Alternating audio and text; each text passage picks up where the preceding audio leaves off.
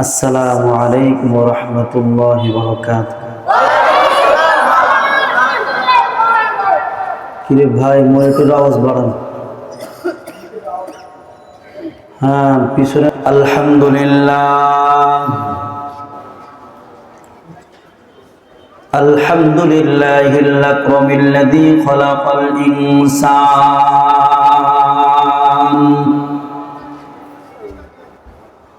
وكرم وعلمه من البيان ما لم يعلم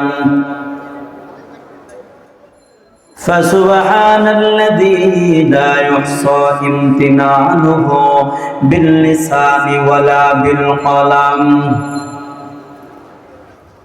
ونشهد أن لا إله إلا الله وحده لا شريك له لا ضد له ولا ند له ولا مثل له ولا مثيل له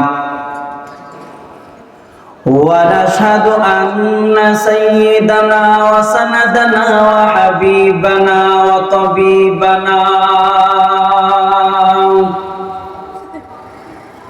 وطبيب قلوبنا وحبيب ربنا ومولانا محمدا عبده ورسوله صلى الله تعالى عليه وعلى آله وأصحابه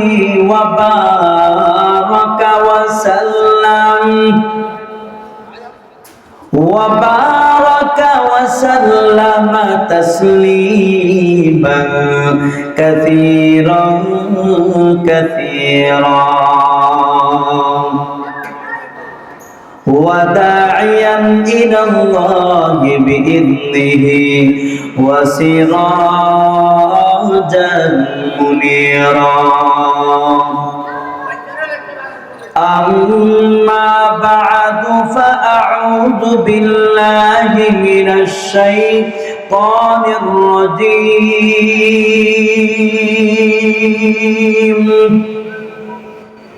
بسم الله الرحمن الرحيم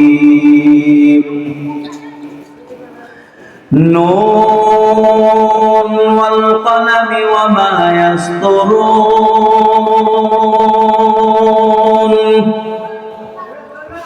ما أنت بنعمة ربك بمجنون وإن لك لأجرا غير ممنون وإنك لعلى خلق عظيم وقال النبي صلى الله تعالى عليه وسلم إذا مات الإنسان انقطع عنه عمله إلا من ثلاثة إلا من صدقة جارية أو علم ينتفع به أو ولد صالح يدعو له أو كما قال النبي عليه الصلاة والسلام اللهم صل على محمد النبي الأمي وعلى آله وسلم تسليما আমরা সকলে জবান করে দিল থেকে মালিককে জিকির করে লা ইলাহা ইল্লাল্লাহ ইল্লাল্লাহ লা ইলাহা ইল্লাল্লাহ লা ইলাহা ইল্লাল্লাহ। অনেকে জবান বন্ধ করে রাখছে, বলুন তো জিকির করবো কার? আরো জোরে বলেন।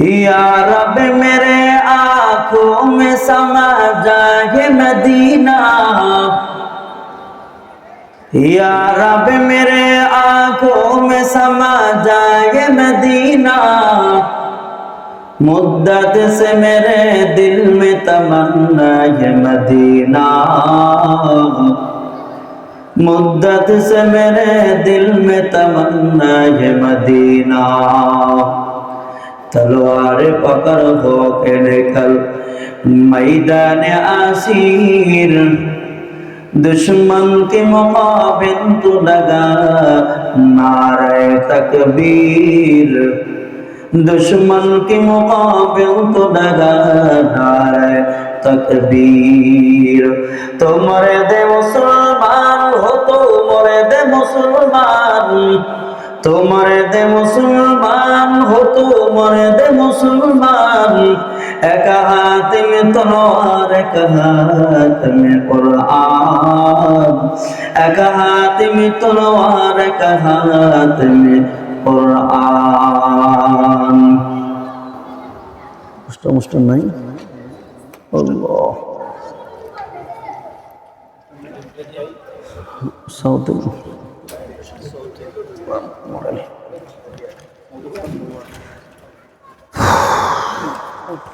আলহামদুলিল্লাহ সাউথুল কোরআন মডেল হিফজু মাদ্রাসার উদ্যোগে আয়োজিত হাফেজ ছাত্রদের পাগড়ি প্রদান উপলক্ষে আয়োজিত ওয়াজ ও দোয়ার মাহফিলের আজকের মুহতারাম সদর সভাপতি হযরতুল আল্লামা মাওলানা হাফেজ মুফতি রুকনুজ্জামান মাদানী সাহেব দামাত বারাকাতুহু, ইমাম খতিব মানিকনগর পুকুরপাড়া কেন্দ্রীয় জামে মসজিদ। আজকে আরো বয়ান করেছেন হযরতুল আল্লামা মাওলানা মুফতি ইয়াকুব বিন ইউসুফ সাহেব দামাত বারাকাতুহু। আমার আগে যিনি বয়ান করেছেন অত্যন্ত দুজনে চমৎকার আলোচনা করেছেন। আর উপস্থিত বুজুর্গ হযরত উলামা ইকরাম, সম্মুখ পানের দিন প্রিয় দিনদারি ইমানদারি মুসলমান ভাইয়েরা, বুড়ো বাবারা, যুবক ভাইয়েরা, পর্দার আড়ালে মা বোনেরা, বিশ্বজগতের মালিক বিশ্ব প্রতিপালকের দরবারে লাখ কোটি শুকরিয়া, যে মহান রব্বুল আলামিন আমাদেরকে অত্যন্ত দয়া ও মায়া করে ভালোবেসে পবিত্র মজলিসে, পবিত্র বাগানে, জান্নাতের বাগানে আসার বসার তৌফিক দান করেছেন। এই জন্য আমরা সকলে অবরত চিত্তে শ্রদ্ধাজড়িত কণ্ঠে ইমানের আওয়াজে কালিমাতুশ শুকর আদায় করি আলহামদুলিল্লাহ। আমরা যদি কোনো নেতার পিছনে স্লোগান দিতাম, আওয়াজ আর 3 গুণ বেশি হতো। কি বলেন? রাগ করতেছেন আমার কথায়? হ্যাঁ, আল্লাহ পাক সমস্ত গুনাহকে উপেক্ষা করে এমন একটা মজলিসে আসার বসার তৌফিক দান করেছেন, যেই মজলিসের সাথে আল্লাহর আরশের সাথে সম্পর্ক, আল্লাহর জান্নাতের সাথে সম্পর্ক। এই জন্য মালিকের দরবারে আবারও জোরে শুনে উজাড় কণ্ঠে চিৎকার করে শুকর আদায় করি আলহামদুলিল্লাহ। আরো জোরে বলেন আলহামদুলিল্লাহ। আপনারা সকলে ভালো আছেন? বড় দুঃখ আর পরিতাপের বিষয়, এখানে কোরআনের মজলিস হচ্ছে, প্রতিদিন তো আর বসার সুযোগও হয় না। আজকে আল্লাহ তাআলা সুযোগ করে দিয়েছে, এটা তো করে মনে করা উচিত ছিল। এখানে যদি আজকে মমতাজকে আনে নাচানো যাইতো, তাহলে টিকিট দিয়েও পারা যাইত না। কথা কন না কেন? যদি আসিফ খান আর কত মডেল আছে না যুবকদের, কথা কন না কেন? এদেরকে যদি খালি আনি না আর নাচানো যাইতো, হাই রে, তাহলে কি পরিমাণ যে লোক হতো। নগদ জিন্দিগির পাগল তো মানুষ, বাকের জিন্দিগির পাগল কম। কথা বলেন না কেন? এখানে বসলে তো আখেরাতে পাওয়া যাবে, এটা বাকি জিন্দিগি, তো বাকি দরকার নাই, নগদ দরকার। তো এটা তো বড় দামি একটা মজলিস। এই মজলিসে যতক্ষণ পর্যন্ত বসে থাকবে, বান্দার আমলনামায় সব লিখতেই থাকবে। আসতে আরো জোরে বলেন শুরু কায়নাত ফেরেশতারা হাফাতহুমুল মালায়েকা, এরা নিজেরা তো বসে না, আবার আরেকজনকে ডিস্টার্ব করে। থাক ভাই, সুন্দর ভাষায় থাক, সুন্দর ভাষা বলে দেন। হ্যাঁ থাক ভাই, এটা রাগ করা দরকার না। এমনকি হাফাতহুমুল মালায়েকা, যারা কোরআনের আলোচনা শুনে, দুনিয়ার প্রধানমন্ত্রীকে পাহারা দেওয়ার জন্য দুনিয়ার মাখলুক ঘুরে, যারা কোরআনের আলোচনা শুনে, কোরআনের আলোচনা করে, এদেরকে পাহারা দেওয়ার জন্য আল্লাহর বাহিনী আল্লাহ আসমান থেকে পাঠায় দেন। আরো জোরে বলেন। ফেরেশতারা এদেরকে বেষ্টন করে আছে, একজন ফেরেশতা আরেকজন কাদের উপর দাঁড়িয়ে আছে, হতে হতে আল্লাহর আরশ পর্যন্ত চলে গেছে। এত দামি আপনাদের। ফেরেশতারা আল্লাহর কাছে বলে, আল্লাহ তোমার এই বান্দাগুলো বান্দিগুলো কোরআনের আলোচনা শোনার জন্য বসে আছে, তোমার আলোচনা শোনার জন্য বসে আছে, জান্নাত জাহান্নামের আলোচনা শোনার জন্য বসে আছে, তোমার নবীর আলোচনা শোনার জন্য বসে আছে। আল্লাহ বলেন, এরা কি কোনোদিন আমাকে দেখেছে? না, দেখে নাই। এই জমার লোক তো নবীকেও দেখে নাই, সাহাবায়ে কেরামদেরকে দেখে নাই, জান্নাত জাহান্নাম দেখে নাই। এরপর আমি আল্লাহর ভয়ে বসে গেছে, আমার নবীর ভালোবাসায় বসে গেছে, জান্নাত পাওয়ার জন্য বসে গেছে। তোরা ফেরেশতারা রেকর্ড করে রাখ, আমি আল্লাহ এদের জীবনের সব গুনাহ মাফ করে দিলাম। এত দামি এই মজলিসটা। এই জন্য আমি এখনো যে ভাইরা রাস্তা ঘাটে দাঁড়িয়ে আছে, আমি তাদের পায়ে হাত রেখে বলি, তাদের পায়ে হাত রেখে বলি, প্রতিদিন তো আর সুযোগ হবে না কোরআনের মজলিসে যাওয়ার, ওলামায়ে কেরামদের সান্নিধ্যে যাওয়ার, প্রতিদিন যাওয়ার সুযোগ হবে না। হতে পারে আগামীকাল তো দুনিয়ার জমিনে থাকবো না। কথা বলেন, নাকি গ্যারান্টি আছে? আগামীকালকে বাঁচবেন, গ্যারান্টি কার কার আছে? কারো আছে? জোরে কয় না আছে? কত যুবকের লাশ দেখি রাস্তায়, আজকেও দেখলাম বড় মর্মান্তিক ঘটনা। বাবা মা দুইজন বাচ্চা নিয়ে যাচ্ছে, বাচ্চাটা হঠাৎ করে অটো রিক্সাকে ছিটকে বেড়ে পড়ে গেছে, হঠাৎ করে একটা ট্রাক এসে পুরো পিছনে গেছে। বাবা এইভাবে বাচ্চার লাশটাকে নিয়ে বড় নিস্তব্ধ অবস্থায় বসে আছে, কি হয়ে গেল?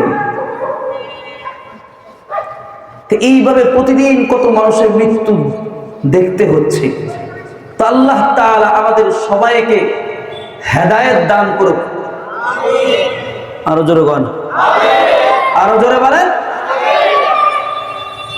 তো ভাইয়েরা আমার, আমি সূরাতুল কলম থেকে কিছু আয়াত কারিমা তেলাওয়াত করেছি, লক্ষাধিক হাদিস থেকে একখানা হাদিস তেলাওয়াত করেছি। এগুলোকে সামনে রেখে দু চারটি কথা বলার চেষ্টা করব। আল্লাহ যেন আমাকে তৌফিক দান করেন এবং ওই কথা অনুযায়ী আমাকে আপনাদেরকে আমল করার তৌফিক দান করেন। সবাই চিৎকার করে বলেন আমিন। লম্বা চড়া কোনো আলোচনা হবে না, কারণ রাত অনেকটাই বেজে গেছে। কিন্তু আপনাদের হালত দেখেও আমার মনটা ভেঙে গেছে। কিন্তু আপনারা যারা যতজন আছেন যদি সুন্দর করে বসে থাকেন, ইনশাল্লাহ আমি মন খুলে আলোচনা করব। ইনশাল্লাহ আওয়াজ আসতে হয়ে গেছে, আরো জোরে বলেন। আর যদি কেউ উঠে যান, আগে বলে দিই, কেউ যদি উঠে যান তাহলে আমাকে সাথে নিয়ে যাবে, বুঝলো না? কেউ যদি উঠে যান তাহলে আমাকে সাথে নিয়ে যাবেন তো?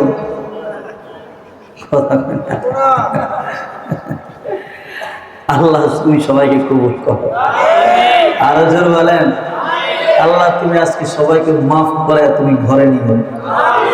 আরো আসতে বল, সামনে বলা আওয়াজ দিয়ে না, পিছনে বল, এক বাক্যে বলেন। তা আল্লাহর নবী সাল্লাল্লাহু আলাইহি ওয়াসাল্লাম, তো এই সূরাটা আমি কোরআনে কারিমের 114টি সূরার একখানা সূরা, সূরাতুল কলামের সূচনা কিছু আয়াতে কারিমা তেলাওয়াত করেছি। এই সূরাটা আল্লাহ তাআলা কেন নাজিল করেছেন এটার কারণ জানা দরকার। শানে উরুত আল্লাহ তাআলা এই সূরাটা নাজিল করেছেন রাসূলের নবুয়ত এবং রিসালাত প্রমাণ করার জন্য, এবং যারা আমার আপনার নবীর বিরুদ্ধে কটূক্তি করছে তাদের জবাব দেওয়ার পাশাপাশি আল্লাহ তাআলা তাদের শাস্তির ঘোষণা করেছেন। এমনকি আল্লাহ তাআলা এই সূরার ভিতরে কিয়ামতের আলোচনা করেছেন। তো আল্লাহ তাআলা বলেন নুন, নুন এটা হলো হরফে মুকাত্তাআত। কোরআনে কারিমের বিভিন্ন জায়গায় বিভিন্ন সূরার শুরুতে আল্লাহ তাআলা হরফে মুকাত্তাআত নিয়ে আসছেন। যেমন কোথাও নিয়ে আসছেন আলিফ লাম মিম, কোথাও নিয়ে আসছেন তা সিন, কোথাও নিয়ে আসছেন কাফ হা ইয়া আইন সাদ, কোথাও নিয়ে আসছেন ইয়াসিন, কোথাও নিয়ে আসছেন নুন, যেমন সূরাতুল কলামে। আল্লাহ তাআলা দুনিয়ার মানুষদের কাছে চ্যালেঞ্জ ছুড়ে দিয়েছেন, তোমরা তো পুরা কোরআনের অর্থ করতে পারো, দেখি এগুলোর অর্থ করতে পারো কিনা। তাম দুনিয়ার সমস্ত মুফাসসির ইকরাম তারা সব ব্যর্থ স্বীকার করেছে। তারা বলছে এগুলো উঠবে না শব্দ, তারা বলেন এগুলোর উদ্দেশ্য অর্থ জানা আমাদের দ্বারা সম্ভব না। শুধু সমস্ত মুফাসসির ইকরাম না, সমস্ত মুফাসসির ইকরামদের সর্দার রাইসুল মুফাসসিরিন আব্দুল্লাহ ইবনে আব্বাস রাদিয়াল্লাহু তাআলা, এত বড় মুফাসসির যার জন্য আল্লাহ রাসূল দোয়া করেছেন আল্লাহুম্মা ফাক্কিহহু ওয়া আল্লিমহু আত-তা'ওয়িল। আয় আল্লাহ, কোরআনের কারিমের যত ইলম আছে, গভীর জ্ঞান আছে, আপনি আব্দুল্লাহ ইবনে আব্বাসের ভিতরে দিয়ে দেন। রাসূল দোয়া করতে দেরি, আসমানের মালিক দোয়া কবুল করতে দেরি করে নাই। ঘুমাইতেছে কে দেখুন তো, আরো জোরে বলেন। এত বড় মুফাসসির, পৃথিবীতে যত বড় বড় মুফাসসির ছিলেন, যারাই তাফসীর করা লাগছে কোরআন কারীমের, তারাই আব্দুল্লাহ ইবনে আব্বাসের তাফসীরের অনুসরণ করা লাগছে। জোরে বলে না। আজও পর্যন্ত তায়েফ যাইতে তার বাড়িটা পড়ে, তার নামে লেখা বিশাল বড় গেট, বাবু ইবনে আব্বাস। আমার পাশে মসজিদ ইবনে আব্বাস, তার নামেই মসজিদে করা বিশাল বড়। তো পাশে হলো তার বাড়ি, ওটার ভিতর কবরও আছে। তো অনেক উঁচু দেওয়াল দাও। আমি চিন্তা করলাম, এত বড় সাহাবী, এত বড় মুফাসসির, এত বড় ওলি আবেদ ছিলেন, দেখি তার বাড়িটা না জানি কত সুন্দর, তার কবরটাকে না জানি কত সুন্দর মাজার বানায় রাখছে। তা আমি খুব কষ্ট করে একটু উঠে দেখলাম, দেখি বাড়ির চিহ্ন নাই, কবরের চিহ্ন নাই, কটা পাথর পড়ে আছে। আশ্চর্য হয়ে গেলাম, এত বড় মুফাসসির, বাড়ির চিহ্ন নাই, অথচ আমগো দেশে কুত্তা মারা গেল মাজার হয়ে যায়। জোর কয় না? ঠিক আর আসতে কোন গুনাহ হইব, ঠিক কিনা বলেন? নাম দেয় কুত্তা সমাজার, নাম দেয় লালন সমাজার, নাম দেয় ল্যাংটা মাজার।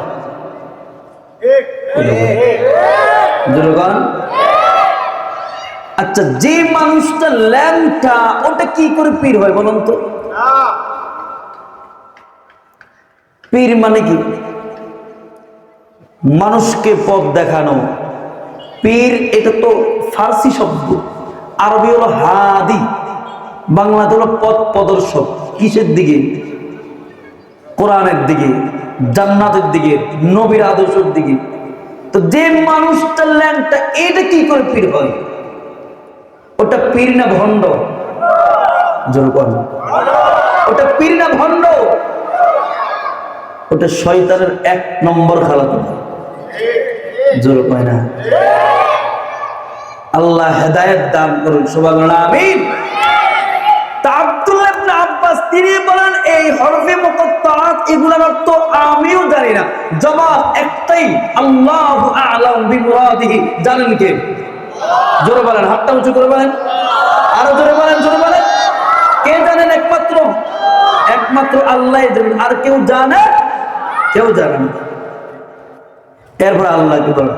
ওয়াল কলামি ওয়া মা ইয়াসতুরুন। কলমের কসম, যে কলম দিয়ে লাওহে মাহফুজে লিপিবদ্ধ করা হয়েছে। আল্লাহ তাআলা পৃথিবী সৃষ্টির 50,000 বছর পূর্বে আল্লাহ তাআলা আগে কলম সৃষ্টি করেছেন। এরপর আল্লাহ তাআলা কলমকে বলেন, কলম তুমি লেখো। কলম আল্লাহ তাআলার কাছে বলে, আল্লাহ আমি কি লিখবো? আমার বান্দার তাকদীর লেখো। এরপর কলম আমাদের অতীতে যা হয়েছে, ভবিষ্যতে যা হবে, এক কথা কিয়ামত পর্যন্ত কি ঘটবে না ঘটবে, কলম সব কিছু লিপিবদ্ধ করে দিয়েছি। সুবহানাল্লাহ। দেখেন আল্লাহর কি ক্ষমতা। হাদিসে পাকের ভিতরে আছে আমাদের তাকদীর লেখা শেষ, জাফাল কলম, কলমের কালিও শেষ। সুবহানাল্লাহ। প্যাকেট করে রেখে দেন, বাসা গিয়ে বোর কাছে কই আরো তো কোন সুবহানাল্লাহ বলতে কি ভয় লাগে আপনাদের? হ্যাঁ, বাজারের ফলে ফরমানি লাগতে সুবহানাল্লাহ ফরমানি আছে। একবার সুবহানাল্লাহ বললে আসমান জমিনের ভেতরে যতটুকু ফাঁকা জায়গা আছে পুরাটাই সবে ভরপুর হয়ে যায়। একবার সুবহানাল্লাহ বললে জান্নাতে আমার আপনার জন্য একটা তাজা ফল গাছ রাষ্ট্রই হয়ে যায়। আমরা অনেক সময় লিখতে লিখতে কলমের কালি শেষ হয়ে যায়, অথবা কলমের নষ্ট হয়ে যায়, লেখা বাকি থাকে, কিন্তু আল্লাহ তাআলা এমন একটা কলম দিয়ে তাকদীর লিখেছে, তাকদীরও লেখা শেষ, আমাদের আবার কলমের কালিও শেষ। এই ক্ষমতাটুকু কার? শেখ হাসিনা, খালেদার?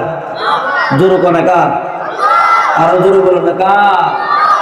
আল্লাহ। একটু আওয়াজ দিন, তা আসেন না, আশপাশের লোকগুলো একটু আসবো, এটা দিনের কথা শুনবে আপনাদের উসিলে। কি বলেন? হ্যাঁ, আর কথা না বললে আমার কাছে ভালো লাগে না কথা বলতে, এমনি তো মন ভেঙে রয়েছে। আপনারা যদি একটু কথা বলেন, আওয়াজ দেন, ইনশাল্লাহ ভালো লাগবে। রাগ করার না তো? রাগ করতেছেন? রাগ করলে আয়েন একটু পাড়া ধরে। আল্লাহ কবুল করে সবাই বলেন আমিন। তো কলম বড় দামি জিনিস, এই জন্য আমি মাঝে মধ্যে বলি কলম দিয়ে মেহনত করা। কেউ যদি দুনিয়ার জন্য মেহনত করে তাহলে দুনিয়া তো দামি হয়ে যায়, আর যদি কেউ আখিরাতের জন্য মেহনত করে তাহলে দুনিয়াও আখিরাতে দামি হয়ে যায়। তো এবার আল্লাহ কি বলেন?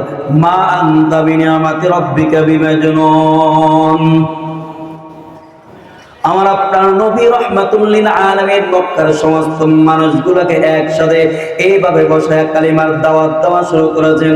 আমার আপনার নবী বলেন, ইয়া আইয়ুহান নাস কুলু লা ইলাহা ইল্লাল্লাহ তুফলিহুন। হে মানুষ তোমরা বলো আল্লাহ ছাড়া কোনো মাবুদ নাই, আমি মুহাম্মদ তোমাদের নবী। যদি এই কথা মানতে পারো তাহলে দুনিয়াতে সকল কাম, আখিরাতে সকল কাম। আমার আপনার নবী রাহমাতুল লিল আলামিন মক্কার সমস্ত মানুষগুলাকে যখন এইভাবে কালিমার দাওয়াত দেওয়া শুরু করেছেন, মক্কার কিছু মানুষ আমার আপনার নবীর বিরুদ্ধে দাঁড়িয়ে গেছে। আমার আপনার নবীকে পাগল বলতে দ্বিধাবোধ করে নাই, আমার আপনার নবীকে জাদুঘর বলতে দ্বিধাবোধ করে নাই, আমার আপনার নবীকে কাহের গণক বলতে দ্বিধাবোধ করে নাই। আমার আপনার নবী কোরআনের কথা বলে, আমার আপনার নবী এক আল্লাহর কথা বলে, আমার আপনার নবী জান্নাতের কথা বলে, আর আমার আপনার নবীকে বলে পাগল। আল্লাহ তাআলা সঙ্গে সঙ্গে এই আয়াত নাযিল করে দিয়ে বলেন, হে নবী আপনি কিন্তু পাগল নয়, বরং যারা আপনাকে পাগল বলে তারাই হলো পাগল। ঠিক কিনা বলেন? হে নবী আপনি কিন্তু পাগল নয়। ও রাহমাতুল লিল আলামিন যতদিন পর্যন্ত সাত আসমান থাকবে, যতদিন পর্যন্ত সাত জমিন থাকবে, যতদিন পর্যন্ত চন্দ্র সূর্য থাকবে, পৃথিবীর প্রান্তে প্রান্তে আপনি নবীর প্রশংসা করা হবে। আর যারা আপনাকে গালি দিবে, আপনার বিরুদ্ধে কথা বলবে, মানুষ তাদের নাম নিবে, তো মানুষ তাদের জন্য লানত করতে থাকবে। রে কিনা বলেন? যেমন আমরা নবীর নাম নিলে বলে কি সবাই বলেন তো? সবাই বলেন না সাল্লাল্লাহু আলাইহি ওয়াসাল্লাম। আয় আল্লাহ, আমার নবীর উপর তুমি যত শান্তি আর রহমত আছে তুমি বর্ষণ করে দাও। সুবহানাল্লাহ। দুরূদ শরীফ পড়েছে একবার, আমাদের ফায়দা হয়েছে তিনটা। একদিকে নবীর জন্য দোয়া হলো, আরেকদিকে আমাদের তিনটা ফায়দা হয়েছে। কয়টা ফায়দা হয়েছে? তিনটা। দুরূদ শরীফ পড়েছে একবার, আমাদের 10টা গুনাহ মাফ হয়ে গেছে। দুরূদ শরীফ পড়েছে একবার, আমাদের আমলনামায় 10টা সওয়াব লেখা হয়ে গেছে। দুরূদ শরীফ পড়েছে একবার, আল্লাহ তাআলা আসমান থেকে 10টা রহমত নাযিল করে দিয়েছে। চিন্তা করছে। আর আবু জাহেলের নাম নিলে তো খুব দোয়া করি, কথা কয় না, লানাতুল্লাহি আলাইহি, আল্লাহর গজব ওটার উপর। জোর কয় না, ঠিক কিনা বলেন? হায়রে, আজ পর্যন্ত বাইতুল্লাহর সামনে নবীর বাড়িটা, যেই মানুষটা জীবনে একবার যায় সেও নবীর বাড়ির দিকে তাকায় থাকে। আমার কলিজার টুকরা নবী বুঝি এই বাড়িতেই ছিল। সুবহানাল্লাহ। অথচ পাশে হলো আবু জাহেলের বাড়ি, এই পার ওই পার, রাস্তার এই পাশ ওই পাশ, ওইটাকে বাড়ায় রাখছে পায়খানার জায়গা। কত কয় না? এদের লাঞ্ছনার জিন্দেগি দুনিয়ার জমিন থেকে শুরু। যেই মানুষটা জীবনে একবার যায় ওই আবু জাহেলের বাড়িতে, সেও চেষ্টা করে কিছু একটা করার জন্য। কথা না? আমার সাথে বরিশালের এক দাদা ভাইয়া গেছিল, তো উনি ওখান থেকে কাজ সাইরে এসে বলেন, দাদা ভাই আইয়ে না, খুব চেষ্টা করেছে। অথচ আমার আপনার নবীর কত সম্মান। ওই যে মাইকেল হার্ট, সে দা 100 নামে ইংরেজিতে 100 মনীষীর নামে একটা বই লিখেছে। এটার ভিতরে পৃথিবীর যত বড় বিজ্ঞানী, পৃথিবীর যত বড় বড় ইঞ্জিনিয়ার, পৃথিবীর যত বড় ডাক্তার, এমন 100 মনীষীর নাম নিয়ে আসছে, কিন্তু সবার উপরে আমার আপনার নবীর নামটা নিয়ে আসছে। সুবহানাল্লাহর আওয়াজ আসতে হয়েছে, আরো জোরে বলেন। মাইকেল হার্ট বলেন, আমার ধর্মের লোকেরা আমাকে প্রশ্ন করে যে তুমি আমাদের ধর্মের লোক হয়া, আমাদের খ্রিস্টান লোক হয়া, তুমি কেন মুসলমানদের নবীর নামটা কেন আগে নিয়ে আসলাম? তো মাইকেল হার্ট আবার বলল, আমি জবাব দিই, শোনো, পৃথিবীর যত বড় বিজ্ঞানী আছে, পৃথিবীর যত বড় ইঞ্জিনিয়ার আছে, পৃথিবীর যত বড় ডাক্তার আছে, এদের জীবন পরিচালনা করে দেখি, এরা পৃথিবীর কোনো না কোনো শিক্ষাঙ্গনে লেখাপড়া করেছে, এরা পৃথিবীর কোনো না কোনো বিদ্যাপীঠে লেখাপড়া করেছে, এরা পৃথিবীর কোনো না কোনো উস্তাদের কাছে লেখাপড়া করেছে, কিন্তু মুহাম্মদের জীবন পরিচালনা করে দেখি, মুহাম্মদ পৃথিবীর কোনো শিক্ষাঙ্গনে লেখাপড়া করে নাই, পৃথিবীর কোনো উস্তাদের কাছে লেখাপড়া করে নাই, পৃথিবীর কোনো বিদ্যাপীঠে লেখাপড়া করে নাই। এরপরে মুহাম্মদ এমন জ্ঞান, এমন আখলাক শিক্ষা দিয়ে গেছে যেটা পৃথিবীর কেউ করে নাই। এই জন্য আমি মাইকেল হার্ট যতই চেষ্টা করেছি মুহাম্মদের নামটা নিচে আনার জন্য আমি পারি নাই, আমার কলমটা 1 নম্বরে চলে গেছে। জোরে কান্না। এই ছিল আমার আপনার নবীর সম্মান। জোরে বলেন আল্লাহু আকবার, আরো জোরে বলেন আল্লাহু আকবার। এরপর আল্লাহ কি বলেন, ওয়া ইন্নাকা লাআলা খুলুকিন আযীম।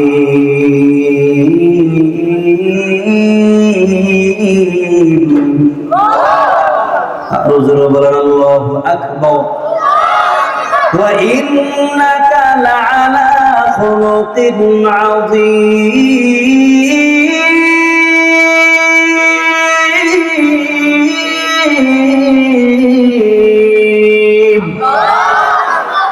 আল্লাহ কসমকে বলে, হে নবী, আপনি মহা চরিত্রের অধিকারী, আপনার চরিত্রে কোনো ভেজাল নাই। এই কথাটুকু কে বলছেন? এই কথাটুকু কে বলছেন? অনেকে খুব কষ্ট হইতেছে কথা বলতে, রাগ করে আসছে, নাকি বোর্ড থেকে ওয়াদা করে আসছে আমি মাহফিলে কোনো কথাবার্তা বলবো না। এই কথাটুকু কে বলছেন? বাজান জোরে কোন, একটু হাতটা উঁচু করে বলেন, কে বলছেন? আরো জোরে কোন, বলেন আমাদের মালিক কে? আল্লাহ বলেন খুলুকে আজিম। নবী, পৃথিবীতে আল্লাহ তাআলা 1,24,000 পয়গম্বর পাঠিয়েছেন। কোন নবীর চরিত্র বয়ান করতে গিয়ে আল্লাহ কসম খাই নেই, কেবলমাত্র শুধুমাত্র আমার আপনার নবীর চরিত্র বয়ান করতে গিয়ে আল্লাহ কসম খেয়েছেন। আল্লাহ বলেন খুলুকে আজিম। নবী, আপনার তো আমি এত চরিত্রবান ওয়ালা, আমি ঘোষণা দিলাম আপনার চরিত্রে কোনো ভেজাল নাই। সুবহানাল্লাহ। খুলুক মোট 3 প্রকার। 1 নম্বর খুলুক হাসান, 2 নম্বর খুলুক কারীম, 3 নম্বর খুলুক আজিম। চরিত্র কত প্রকার? একটা হাতটা দিয়ে দেখেন ভালো করে, কত প্রকার? আরো জোরে কোন, একটু আগে পড়ায় নি, তারপরে সে টানটা দেব, টানের অপেক্ষা আছেন। চরিত্র কত প্রকার? 3 প্রকার। 1 নম্বর খুলুকে হাসান, খুলুকে কারীম, খুলুকে আজিম। খুলুকে হাসান কাকে বলে একটু বুঝেন? কেউ আমাকে একটা চট দিল, কারি তৈয়ব সাহেব রাহমাতুল্লাহ আলাইহি খুতবাতে হাকিম ইসলামে উল্লেখ করেন, কেউ আমাকে একটা চট দিল, আমি যদি তার থেকে প্রতিশোধ দিতে হয়, শরীয়ত বলে ওই পরিমাণ নেওয়া যেই পরিমাণ সে তোমাকে দিয়েছে। যেমন চটের পরিবর্তে চট দেওয়া, খুলুকে হাসান। আমি কাউকে 1 টাকা ঋণ দিলাম, আমার 1 টাকায় নেওয়া, খুলুকে হাসান। 2 নম্বর হলো খুলুকে কারীম। যুবক দিলই আমাকে একটা ঘুষি, তো আমি বললাম যুবক ভাই, তোমার থেকে প্রতিশোধ নেওয়ার শক্তি সামর্থ্য আমার আছে, কিন্তু আমি তোমার থেকে প্রতিশোধ দিব না, আমি তোমাকে মাফ করে দিলাম। এটা খুলুকে কারীম। 3 নম্বর খুলুকে আজিম। ভালো করে খেয়াল করেন, একটু হাতটা দেন, ভালো করে খেয়াল করেন। এই চরিত্র যদি আজকে আমাদের ভিতরে থাকতো, তাহলে পৃথিবী এমনিতে সংশোধন হয়ে যেত। 2 নম্বর বললাম শুধু মাফ করে দিলাম। 3 নম্বর খুলুকে আজিম, যেটা কোরআন আসছে। আমি বললাম হুজুর, আপনি তো আমাকে ঘুষি দিয়েছেন, মাফ তো করে দিলাম, শুধু মাফ করে নেই, সাথে সাথে মহব্বত করে হাতটা টান দিয়ে বললাম, যে হাত দিয়ে আপনি আমাকে ঘুষি দিয়েছেন, আপনি কি ব্যথা পেয়েছেন? জোরে বলেন না, আরো জোরে বলেন। শুধু মাফই করে নাই, উল্টার হাতটা টান দিয়ে বললাম, যে হাত দিয়ে আপনি আমাকে ঘুষি দিয়েছেন, আপনি কি ব্যথা পেয়েছেন? এটা হলো খুলুকে আজিম। আর এই খুলুকে আজিমের চরিত্রই ছিল আমার আপনার নবীর চরিত্র। শুধু মাফই করে নাই, উল্টাকে খেদমত করে আসছে। যেমন মদিনার একজন ইহুদিয়া আমার আপনার নবীর গায়ে ময়লা পানি নিক্ষেপ করতো, আমার আপনার নবীর জন্য রাস্তা কাটা বেছে রাখতো, প্রতিদিন আমার আপনার নবীকে কষ্ট দিত। কয়েকদিন পরে মহিলাটা অসুস্থ হয়ে পড়ে। আল্লাহর নবী জিজ্ঞাসা করেছে, হ্যাঁ সাহাবায়ে কেরাম, যে মহিলাটা আমার গায়ে ময়লা পানি নিক্ষেপ করতো, যে মহিলাটা আমার জন্য রাস্তা কাটা বেছে রাখতো, কোথায়? ইয়া রাসূলুল্লাহ, অসুস্থ হয়ে পড়েছে। আল্লাহর নবী এই কথা শুনে শুনে সঙ্গে সঙ্গে হযরত আবু বকর সিদ্দিক রাদিয়াল্লাহু তাআলা তিনি ওই মহিলার বাড়িতে হাজির হয়ে গেছে। ওই মহিলার ঘরে বৃদ্ধা মহিলা ইহুদিয়া আর তার একজন যুবতী মেয়ে, এছাড়া আর কেউ নেই। আল্লাহর নবী গিয়ে দরজায় নক করেছে, নক করার সঙ্গে সঙ্গে যুবতী মেয়েটা এসে দরজাটা খুলছে। খুলে দেখে এমন একজন ব্যক্তি হাজির, যেই ব্যক্তিকে তার মা পাগল বলতো, যেই ব্যক্তিকে তার মা জাদুঘর বলতো, যেই ব্যক্তির গায়ে তার মা ময়লা পানি নিক্ষেপ করতো। সেই ভয় পাওয়া গেছে, মনে হয় আমার মার থেকে প্রতিশোধ নেওয়ার জন্য চলে আসছে। দৌড় দিয়ে মার কাছে চলে গেছে, মা মুহাম্মদ তো হাজির। আল্লাহর নবী দুইজনে থরথর করে কাঁপতেছে। আল্লাহর নবী কোন রকম অনুমতি না, ভিতরে গেছে, গিয়ে দেখে দুইজনে থরথর করে কাঁপতেছে।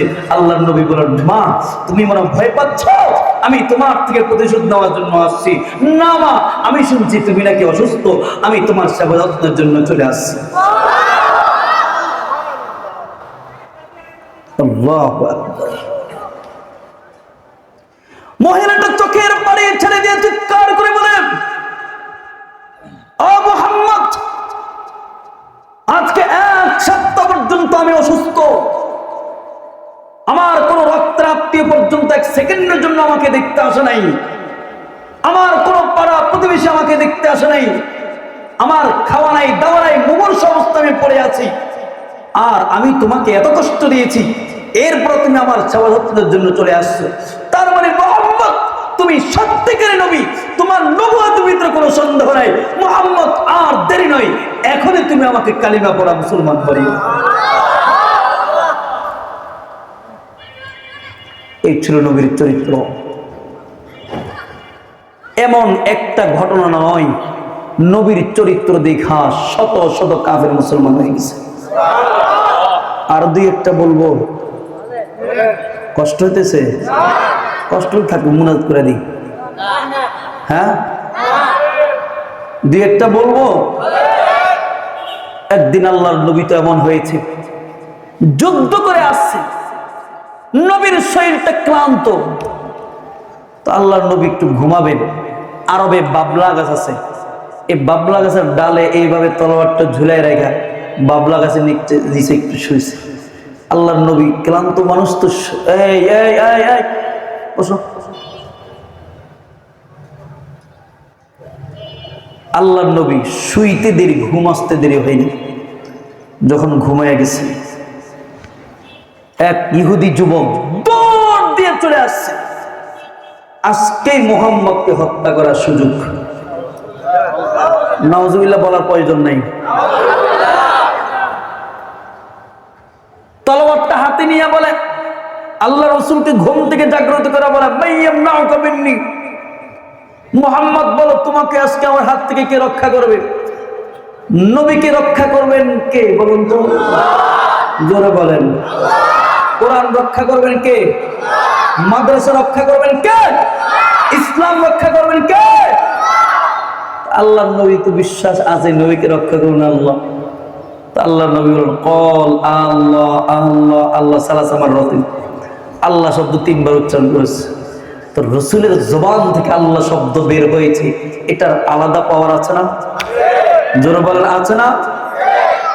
ওই যে শাহজালাল রহমতুল্লাহ আলাইহি গৌর গোবিন্দের বিরুদ্ধে জিহাদের ঘোষণা দিয়েছে, তার মুরিদদেরকে নিয়ে যখন সামনের দিকে আগাচ্ছে, 3-4 মাইল দূর থেকে শুধু আল্লাহু আকবার ধ্বনি দিয়েছে, তো সে গৌর গোবিন্দের প্রাসাদগুলো সব চুরমার হয়ে গেছে। তো তিনি ছিলেন সাধারণ একটা মানুষ, আল্লাহর ওলি, আর নবী তো নবী, নবীর জবান থেকে আল্লাহ শব্দ বের হয়েছে, এটার আলাদা পাওয়ার আছে না? যখনই আল্লাহ শব্দ উচ্চারণ করেছে, যুবকের ভিতরে জালজালা শুরু হয়ে গেছে, তার শরীর কাঁপতেছে, কাঁপতে কাঁপতে তার হাতে থেকে তলোয়ারটা নিচে পড়ে গেছে। ফাট করে আল্লাহ রাসূল তলোয়ারটা হাতে নিয়ে বলেন, মাইয়ামনাউকা মিন্নি, এবার তুমি বলো মুহাম্মদ। আল্লাহর নবী বলেন, এবার যুবক তুমি বলো তোমাকে আমার হাত থেকে কে রক্ষা করবে? ইহুদি তো আল্লাহর প্রতি বিশ্বাস নাই, মুহাম্মদ তুমি রক্ষা করবা।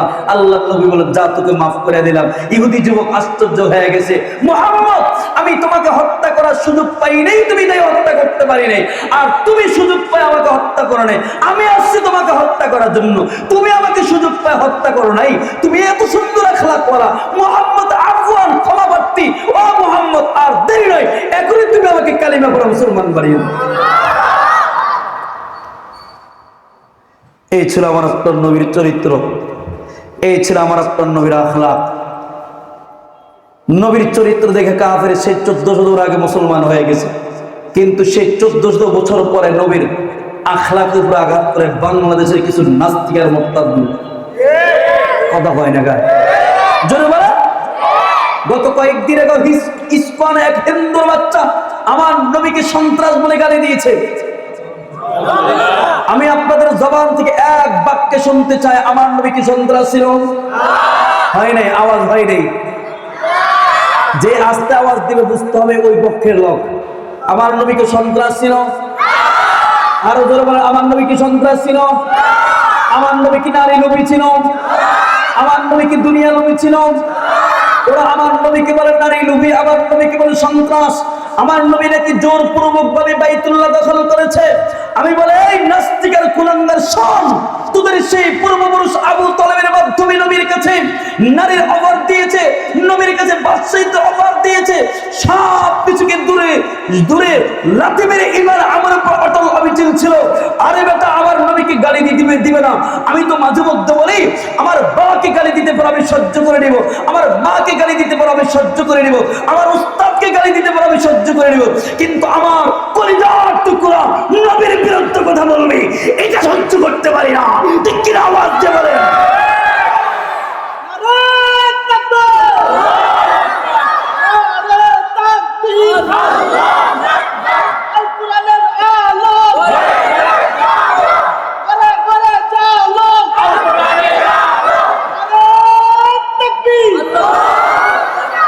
আজকে কুলাঙ্গাররা, এই যে গতকালকে দেখলাম সিলেটে এক কুলাঙ্গার আমার নবীকে গালি দিয়েছে। আরে বেটা, দীর্ঘ 16টা বছর আমার নবীর বিরুদ্ধে কত কুলাঙ্গারা কথা বলেছে, আমরা নবীর পক্ষে কথা বলেছি, আমাদের হাতে হ্যান্ডকাপ লেগেছে, আমাদেরকে আয়না ঘরে ঢুকায় রাখছে। মনে রাখবা, দীর্ঘ 16টা বছর আমরা বহু কষ্ট পেয়েছি, নবীকে গালি দিয়েছ, ইসলামের বিরুদ্ধে কথা বলেছ, দেশ স্বাধীন হয়েছে। খোদার কসম করে বলছি, ভবিষ্যতে যদি বাংলার জমিনে কোন নাস্তিক আর মুরতাদ যদি মাদ্রাসার বিরুদ্ধে, ইসলামের বিরুদ্ধে, নবীর বিরুদ্ধে কথা বলে, তার জিহ্বা টেনে ছিঁড়ে ফেলবো। ঠিক করে আওয়াজ দিয়ে বলেন, রাজি আছেন তো ইনশাআল্লাহ? এক কথা বলে রাজি আছেন তো ইনশাআল্লাহ? মান সাব্বা নবিয়ান ফাকতুম, যে নবীকে গালি দিবে তার একটাই শাস্তি, সেটা হলো মৃত্যুদণ্ড। ঠিক কিনা বলেন? আর ভয় নাই। এই দেশটা বাংলাদেশ, এই দেশটা হলো উলামা ইকরামদের দেশ, এই দেশটা হলো মাদ্রাসার দেশ, এই দেশটা হলো কোরআনের দেশ। তাই দেশ, এই জমিনটা কার? সবাই বলুন তো, সবাই বলতে হবে জমিন কার? আইন চলবে কার? আইন চলবে কার? একমাত্র আইন চলবে আল্লাহর। তাই এই দেশটাকে আমরা ইসলাম দিয়ে সাজাবো। ঠিক কিনা বলেন? আর ভয় নাই। ঠিক কিনা বলেন? বিপ্লব মানে জীবন দেয়া বসে থাকা নয়, সে কোনদিন আসবে না রে করো যদি ভয়। বিপ্লব মানে জীবন দেয়া বসে থাকা নয়, সে কোনদিন আসবে না রে করো যদি ভয়। আসবে বিজয় রক্ত আর জীবনের বিনিময়, আসবে বিজয় রক্ত আর জীবনের বিনিময়। বিপ্লব মানে জীবন দেয়া বসে থাকা নয়, সে কোনদিন আসবে না রে করো যদি ভয়। ঠিক কিনা? লড়াইয়ের ওই ময়দানেতে যেতে তোমাকে হবে, প্রয়োজনে সবার রক্তটুকু জমিনে ঢেলে দিবে। ঠিক কিনা? লড়াইয়ের ওই ময়দানেতে যেতে তোমাকে হবে, প্রয়োজনে সবার রক্তটুকু জমিনে ঢেলে দিবে। তবুও তোমায় লড়তেই হবে, মারিবে না পরাজয়। তবুও তোমায় লড়তেই হবে, মারিবে না পরাজয়। বিপ্লব মানে জীবন দেয়া বসে থাকা নয়, সে কোনো দিন আসবে না রে করো যদি ভয়। ঠিক কিনা? ভয় পাবো কাকে? আরো জোরে বলেন, আমাদের মালিক কি? একটু হাতটা উঁচে আমার মালিককে দেখায় দেন, এমন করে আমার মালিককে ডাক দিবেন যাতে করে আকাশ বাতাস প্রকম্পিত হয়ে যায়। একজন বাচ্চা যখন তার মাকে ডাক দেয়, মা বলে ডাক দেয়, ওই মা তো খুশি হয়ে যায়। আল্লাহ বলে বান্দারে, আমি আল্লাহকে আল্লাহ বলে ডাক দিলে আমি ওই মার থেকে কোটি কোটি গুণ বেশি খুশি হয়ে যায়। এই জন্য এমন করে ডাক দিবেন যাতে করে আকাশ বাতাস প্রকম্পিত হয়ে যায়। ডাক দিয়ে বলেন, আমাদের মালিক কি? আমাদের রবকে, আমাদের বাদশাকে। এরা ভাই দুনিয়ার জমিনে কাউকে ভয় করে লাভ নাই। রাহমাতুল লিল আলামিন দুনিয়ার জমিনে কাউকে ভয় করে নাই। আল্লাহ নবী উম্মতে মুহাম্মাদের পা ধরে ধরে জান্নাতের পথ দেখাচ্ছেন। আল্লাহ নবী বলেন, আমি তো ওই ব্যক্তির মতো যে ব্যক্তি কোথাও আগুন জ্বালায়, এরপর পাখা নিয়ে এভাবে দাঁড়িয়ে যায় যাতে করে ঝিঝি পোকাগুলো এভাবে আগুনে না পড়ে। মালিক এইভাবে পাখা দিয়ে দিয়ে পোকাগুলো দূরে সরায় দেয়। আল্লাহ নবী বলেন, তোমরা তো এক এক করে গুনাহ করে করে জাহান্নামের আগুনে পড়ে যাচ্ছ। আমি মওত পর্যন্ত তোমাদের পা ধরে ধরে, তোমাদের কোমর ধরে ধরে জাহান্নামের আগুন থেকে বাঁচানোর জন্য চেষ্টা করেছি। এই জন্য আমার মালিক বলেন, ওয়ামা আরসালনাকা ইল্লা রাহমাতাল লিল আলামিন।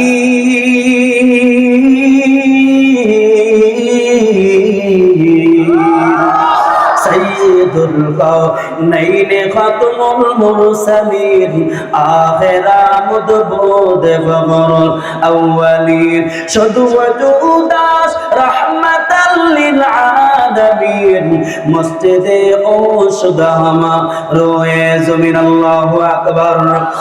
আরে ভাই আমার আপনার নবী শুধু রহমতুল্লাহ ছিল না, আমার আপনার নবী যেমন রহমতুল্লাহ, আমার আপনার নবী তেমন বরকতওয়ালা। কেমন আমার আপনার নবী বরকতওয়ালা? হযরত আমিনা বলেন আমার মুহাম্মদ যখন এখনো দুনিয়ার জমিনে আসে নাই, আমার মুহাম্মদ এখনো আমার পেটে, এইদিকে আমি যখন আমার মুহাম্মদকে পেটে ধারণ করা অবস্থায় জমজমের কূপের কাছে যেতাম, জমজমের কূপের পানি তো অনেক নিচে ছিল, মানুষ যখন পানি উঠাইতো রশি দিয়া বালতিটাকে বেঁধে এবারে পানি ওঠানো লাগতো, কিন্তু আমার রশি দিয়া বালতিটাকে বাঁধা লাগতো না। অটোমেটিকলি মুহাম্মদের বরকতে, আমার মুহাম্মদের বরকতে পানি উপরের দিকে চলে আসতো। আমি যখন পানি নিয়ে চলে আসতাম আবার পানি নিচের দিকে চলে যেত। এই ছিল আমার আপনার নবীর বরকত। এরে ভাই আমার আপনার নবী যখন দুনিয়ার জমিনে আসছেন কেমন বরকত শুরু হয়ে গেছে। আমার আপনার নবীর পানিতে হাত দিলে বরকত হয়ে যেত, আমার আপনার নবীর দুধের ভিতরে হাত দিলে বরকত হয়ে যেত, আমার আপনার নবী খানা পিনার ভিতরে হাত দিল বরকত হয়ে যেত। ওই যে বুখারীর ভিতরে আছে বুখারীর ঘটনা, একদিন যখন কাফির বেঈমানরা ইহুদি নাসারা বৌদ্ধ সব একসাথে হয়ে গেছে মুসলমানদের বিরুদ্ধে, দুনিয়ার জমিনে ইসলাম থাকতে দিবে না, দুনিয়ার জমিনে কোরআন থাকতে দিবে না, দুনিয়ার জমিনে নবীকেও থাকতে দিবে না, সব কাফির বেঈমানরা এক ফ্ল্যাট করে চলে আসছে। এইদিকে মুসলমানদের উপর যখন আক্রমণ করবে আল্লাহর নবী বড় পেরেশান, আল্লাহর নবী সব সাহাবায়ে নিয়ে বসে গেছে, কি করা যায়। এইদিকে আল্লাহর নবীর একজন সাহাবী সালমান ফারসি রাদিয়াল্লাহু তাআলা তিনি আল্লাহর রাসূলকে পরামর্শ দেন, রাহমাতুল লিল আলামিন আপনি মদিনার বাইরে এমন ভাবে খন্দক করেন, এমন ভাবে পরীক্ষাকরণ করেন, এমন ভাবে গর্ত করেন, নিচে 10 হাত উপরে 10 হাত, যাতে করে কাফির বেঈমানরা আমাদের উপর হামলা না করতে পারে, আমাদের উপর আক্রমণ না করতে পারে। আল্লাহর রাসূল সালমান ফারসি রাদিয়াল্লাহু তাআলার পরামর্শটা খুব ভালো লেগেছে। এই জন্য আল্লাহর নবী 3,000 সাহাবায়ে কেরামদেরকে নিয়ে মদিনার বাইরে খন্দক করার জন্য চলে গেছেন। আল্লাহর নবী তার সাহাবায়ে কেরামদেরকে নিয়ে কত কষ্ট করে এইভাবে গর্ত করতেছেন। রে ভাই সাহাবায়ে কেরামদের খাওয়া নাই দাওয়া নাই, সাহাবায়ে কেরাম কত কষ্ট করে বড় বড় পাথরগুলো ভাঙতেছে। আরে ভাই আরবের ভূমি কিন্তু বাংলাদেশের ভূমির মতো না, বাংলাদেশের জমিনে যেমন কোদাল লাগলে নিচের দিকে চলে যায়, কিন্তু আরবের ভূমি যে দিকে তাকান পাহাড়ের দিকে তাকান পাথর আর পাথর, সমতল ভূমির দিকে তাকান পাথর আর পাথর। সাহাবায়ে কেরাম কত কষ্ট করে মেহনত মুজাহাদা করে করে এইভাবে বড় বড় পাথরগুলো ভাঙতেছে। সাহাবায়ে কেরামদের খাওয়া নাই দাওয়া নাই 6 দিন পর্যন্ত। এক সাহাবী তো এমন হয়েছে পেটে পাথর বেঁধে নবীর সামনে দাঁড়িয়ে গেছে রাহমাতুল লিল আলামিন, এই যে পেটে ক্ষুধার কারণে আমি পেটে পাথর বেঁধেছি। আল্লাহর নবী তাকে সান্ত্বনা দেওয়ার জন্য এইভাবে জামাটা উল্টে দেয়া বলে, এরে সাহাবী তুমি পেটে ক্ষুধার কারণে একটা পাথর বেঁধেছো, আর আমি নবীর দিকে তাকায় থাকো, আমি নবী পেটে ক্ষুধার কারণে 2টা পাথর বেঁধেছি। এইদিকে আল্লাহর নবীর একজন সাহাবী জাবের রাদিয়াল্লাহু তাআলা নবীর পেটে পাথর দেখা তিনি সহ্য করতে পারে নাই, তিনি দৌড়া পানির দিকে চলে গেছে। মদিনায় হলো তার বাড়ি, বাড়ির দিকে তার স্ত্রীকে বলে, স্ত্রী বলো বলো আমার নবী তো পেটে ক্ষুধার কারণে পেটে পাথর বেঁধেছে, আমার নবীর জন্য কোনো খাবারের ব্যবস্থা আছে কিনা। তার স্ত্রী বলে হ্যাঁ ঘরে ছোট একটা বকরি আছে আর কিছু জব আছে, তাড়াতাড়ি বকরিটা জবাই করে রুটি বানায়া আবার নবীর কাছে দৌড়া চলে গেছে রাহমাতুল লিল আলামিন। আপনি সহ কিছু সাহাবায়ে কেরামদের খাবারের ব্যবস্থা করেছি, এমনকি আমার বাড়িতে মেহমান হয়ে চলেন। আল্লাহর নবী বলেন, এরা জানাবের আমি নবী তো এমন না কাউকে রেখে যাব আর কাউকে নিয়ে যাব, এটা আমার দ্বারা সম্ভব না। আমি সব সাহাবায়ে কেরামদেরকে নিয়ে যাব। জাবের বলেন রাহমাতুল লিল আলামিন, আমি তো সব সাহাবায়ে কেরামদের মেহমানদের ব্যবস্থা করি না।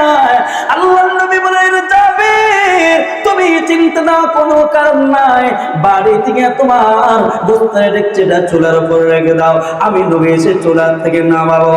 এবার জাবের আল্লাহর নবীর কথা অনুযায়ী পাড়ের দিকে দৌড়া চলে গেছে। তার স্ত্রীকে বলে, আল্লাহর নবী তো সব সাহাবায়ে কেরামদেরকে নিয়ে আসতেছে, তুমি কি নবীকে বলো না আমি অল্প কিছু সংখ্যক সাহাবায়ে কেরামদের মেহমানদের ব্যবস্থা করেছি? হ্যাঁ বলেছেন। নবী বললেন এই কাজগুলা করতে। নবী যখন বলছেন অবশ্যই এটার ভিতরে গোপন রহস্য আছে, ঠিক কিনা বলেন? এবার জাবের ঘরের সামনে দাঁড়াও, দৌড়ায় মার, নবীর তুমি অপেক্ষা নাই, কখন রাহমাতুল লিল আলামিন কলিজার টুকরা নবী আসবে। কিছুক্ষণ পরে তাকা দেখে আল্লাহর নবী 3000 সাহাবায়ে কেরামদেরকে নিয়ে আসতেছে। এবার আল্লাহর নবী 3000 সাহাবায়ে কেরামদেরকে নিয়ে এক এক করে ঘরে প্রবেশ করেছেন। আল্লাহর নবী চুলা থেকে গোস্তের ডেকচিটা নামায়া ঢাকনাটা ছড়ায়া আল্লাহর রাসূলের মুখ মুবারককে একটু লালা মুবারক দিয়েছে, রুটির ভিতরে লালা মুবারক দিয়া এবার সাহাবায়ে কেরামদেরকে বলে, সাহাবায়ে কেরাম তোমরা এক এক করে খাও, তোমরা এক এক করে খাও। সাহাবায়ে কেরাম তারা এক এক করে খাচ্ছে। আল্লাহর নবী রুটির ভিতরে গোস্ত দেয়া রোল বানায় এক একজন সাহাবায়ে কেরাম হাতে দিচ্ছে। 1000 সাহাবায়ে কেরাম খাওয়া শেষ, 2000 সাহাবায়ে কেরাম খাওয়া শেষ, 3000 সাহাবায়ে কেরাম খাওয়া শেষ। এবার আল্লাহর নবী জাবেরকে বলে, জাবের রে তোমার পাড়ার প্রতিবেশী যারা আছে সবাইকে খাওয়াও।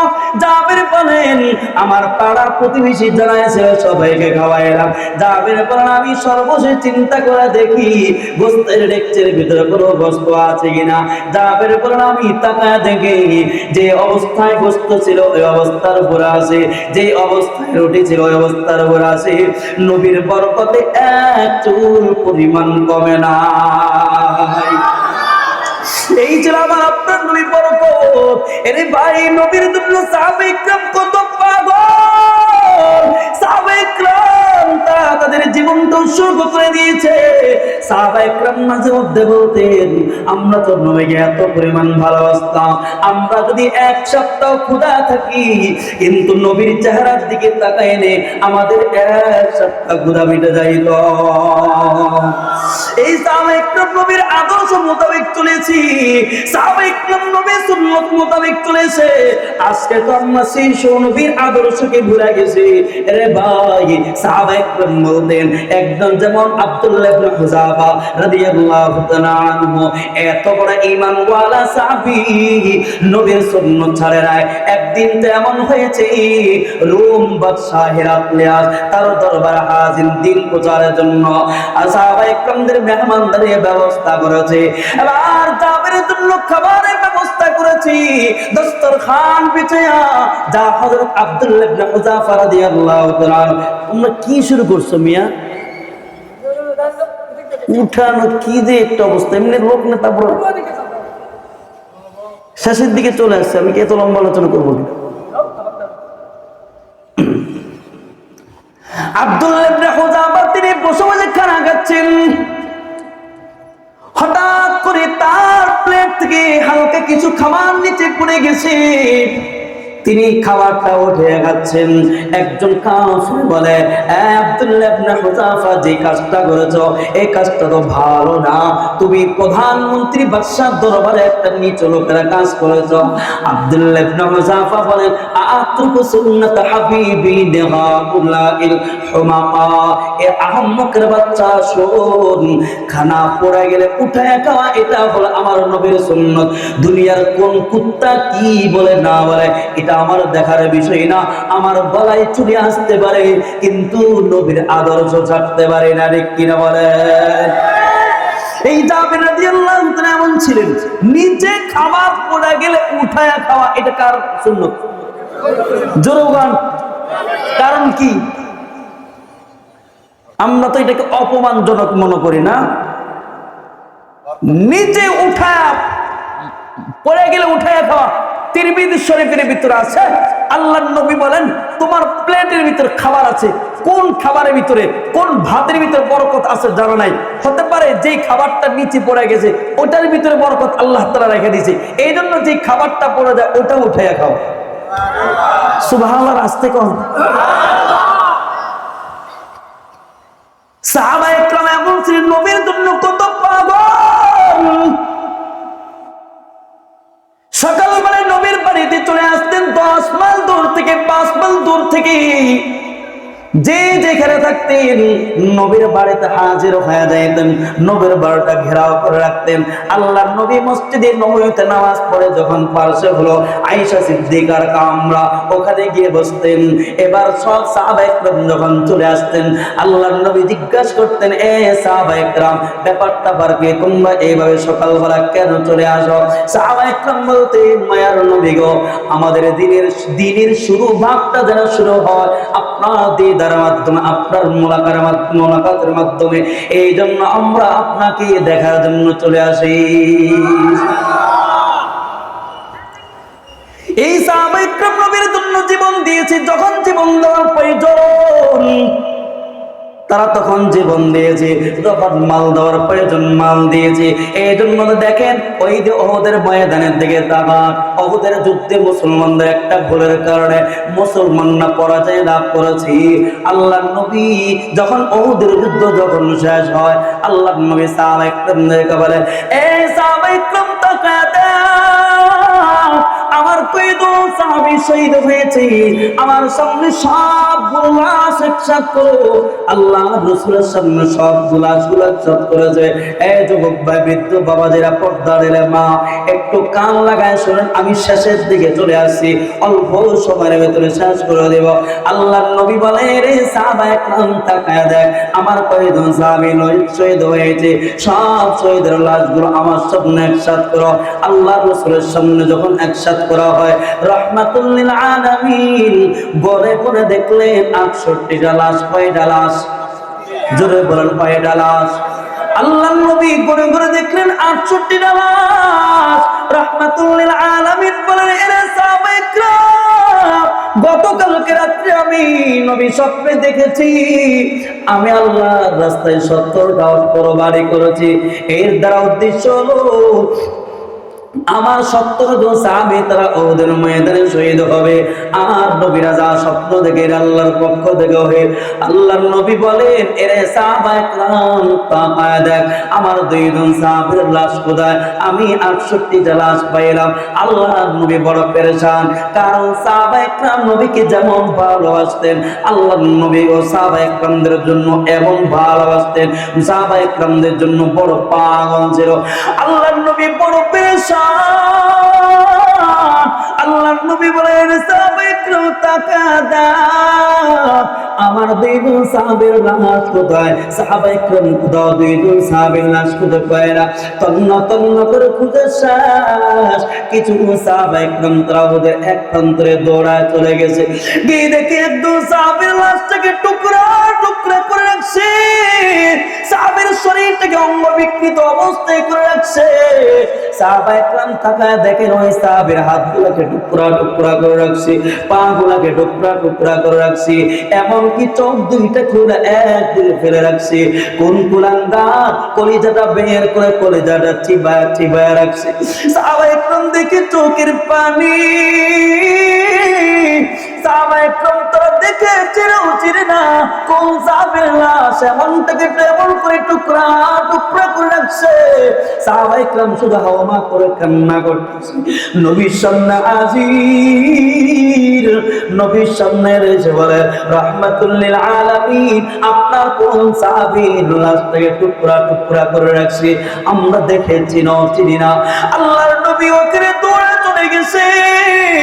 আল্লাহর নবীর হাতে একটা রুমাল ছিল, রুমালটা নবীর বিছায়া দিয়া বলে, এরে সাহাবায়ে কেরাম, এই সাহাবীর অঙ্গগুলো রুমালটা একসাথ করো। এবার রুমালটা একসাথ করার পর আল্লাহর নবী তো চিনা ফেলছেন। আল্লাহর নবী বলে, এরে সাহাবী শোনো, এটা তো অন্য কোন সাহাবীর লাশ না, এটা তো আমার চাচা আমির হামজার লাশ। আল্লাহর নবী এমন অবস্থা দেখে চোখের পানি আল্লাহর নবীর কলিজাটা কেমন জানে ফেলে যাচ্ছে। আল্লাহর নবী বলে, রে সাহাবায়ে কেরাম, ছোটবেলা থেকে আমার চাচার সাথে আমি একসাথে চলাফেরা করি, আমার চাচাকে এমন করে কেমন কে টুকরা টুকরা করে রাখলো, আমার চাচা তো আমার বন্ধু ছিল। আল্লাহর নবী আসমানের দিকে তাকায় রয়েছে, এই দিকে দুই চোখ বেয়ে পানি পড়তেছে। আল্লাহর নবী কিছুক্ষণ পরে বলেন, সাইয়্যিদুশ শুহাদা'i ইনদাল্লাহি ইয়াওমাল কিয়ামাতি হামজা। এই সাহাবায়ে কেরাম শুনো, কিয়ামত পর্যন্ত যতগুলো মানুষ আল্লাহর রাস্তায় শহীদ হবে, হাসর ময়দানে সব শহীদদের সর্দার থাকবে আমার চাচা আমির হামজা। আর আল্লাহর নবী রুমালটা দিয়ে বেঁধে 68টা লাশের সাথে রাখছে, 69টা লাশ হয়েছে। এবার আল্লাহর নবী বলেন, এরে সাহাবায়ে কেরাম শোনো, আমার আর দুই সাহাবের লাশ কোথায়, একটু তাকায়া দেখো। সাহাবায়ে কেরাম কোথাও আর দুই সাহাবের লাশ খুঁজে পায় না। কিছুক্ষণ পরে আল্লাহর একজন বান্দী বোরকা পরিহিত অবস্থায় নবীর সামনে হাজির। আল্লাহর নবীকে বলে, রাহমাতুল লিল আলামিন, আমার স্বামীটা বাসর ঘর থেকে নাপাক অবস্থায় ওদের ময়দানে চলে আসছে, আমার স্বামীটাকে আপনি গোসল ছাড়া কবরে দাফন করবেন না। আল্লাহর নবী বলেন, মারে তুমি কি তোমার পরিচয়টুকু একটু দাও। আল্লাহর বান্দা বলে, রাহমাতুল লিল আলামিন, গতকালকে বিকেল বেলা আপনি একদম সাহাবীর বিবাহ পড়াইছেন। আল্লাহর নবী বলেন, মারে হ্যাঁ, গতকালকে বিকেল বেলা আমি হানজালা বিবাহ পড়াইলাম, আমি রাসূল নিয়ে সাথে খেজুরে ছিলাম। আল্লাহর বান্দা হাতটা বের করে দিয়ে বলে, মায়ার নবী, এই যে আমার হাতের মেয়ে দিয়ে করো জুগাইরে। ওগো রাহমাতুল লিল আলামিন, গতকালকে বিকেল বেলা আপনি আমাদের স্বামী স্ত্রী বিবাহ পড়াইছেন, রাতের বেলা আমরা স্বামী স্ত্রী একসাথে বড় আনন্দের সাথে সময়টা কাটাই। ওগো মায়ার নবী, আমার স্বামীর সাথে জীবনে একবার দেখা হয়। মায়ার নবী গো, শেষ রাতে যখন আমার স্বামীর গোসল করা হয়, আমার স্বামীর সামনে আমি বালতি করে পানির ব্যবস্থা করে দিয়ে বললাম, স্বামী আমার, এই যে পানির ব্যবস্থা করে দিলাম, আপনি গোসল কইরা পবিত্র হয়ে তাহাজ্জুদ পড়েন। ওগো মায়ার নবী, যখন আপনার হাতটা শরীরে পানি ঢালবে, হঠাৎ করে ঘরের পারস থেকে কে জানে আওয়াজ দেয়, পদকুতিলা মুহাম্মদ, আপনি মায়ার নবী নাকি দুনিয়ার জমিনে নাই। এই কথাটুকু যখন আমার স্বামীর কানে যায়, আপনি মায়ার নবী নাকি উহুদের ময়দানে শহীদ, কাফের বেঈমান আপনাকে নাকি শহীদ করে ফেলছে। এই আওয়াজটুকু, এই কথাটুকু যখন আমার স্বামীর কানে যায়, আমার স্বামী বড় পাগলের মতো হয়ে গেছে, জমিনে পানি রেখে দিয়া দৌড় দিয়া ঘরের ভিতরে জামাটা পরিধান কইরা খোলা তলোয়ারটা নিয়ে যুদ্ধের ময়দানে রওনা দিয়েছে। আমি বললাম, স্বামী আমার একটু থামেন।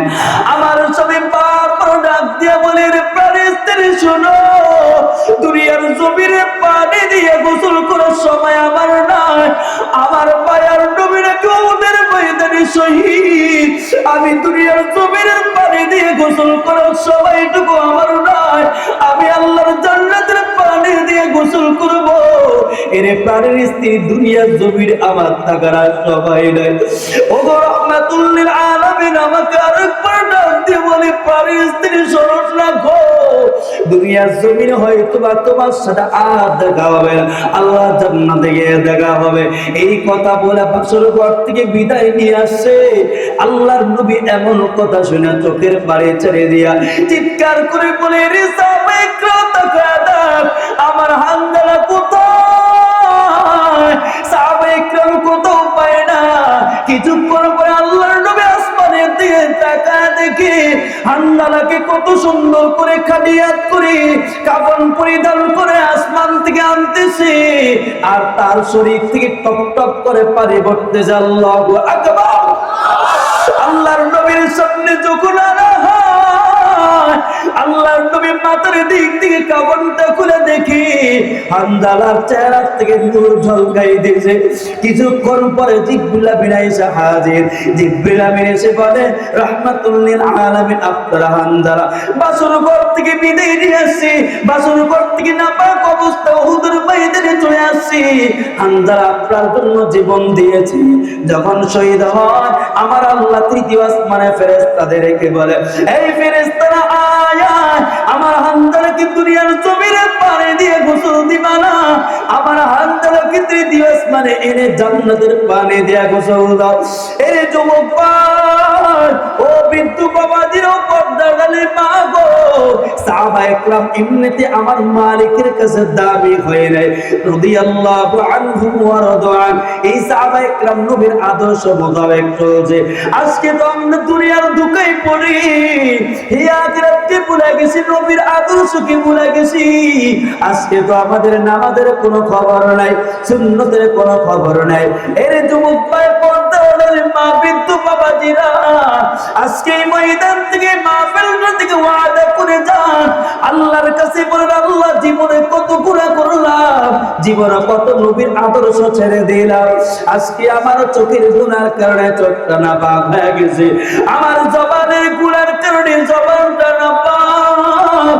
আমি যদি গুনাহ দিয়ে অন্ধকার কবরে যাই, মাটির দুই দিক থেকে এমন করে চাপ দিবে, এক পা ধরে হাঁটতে আরেক পা ধরে ঢুকে যাবে।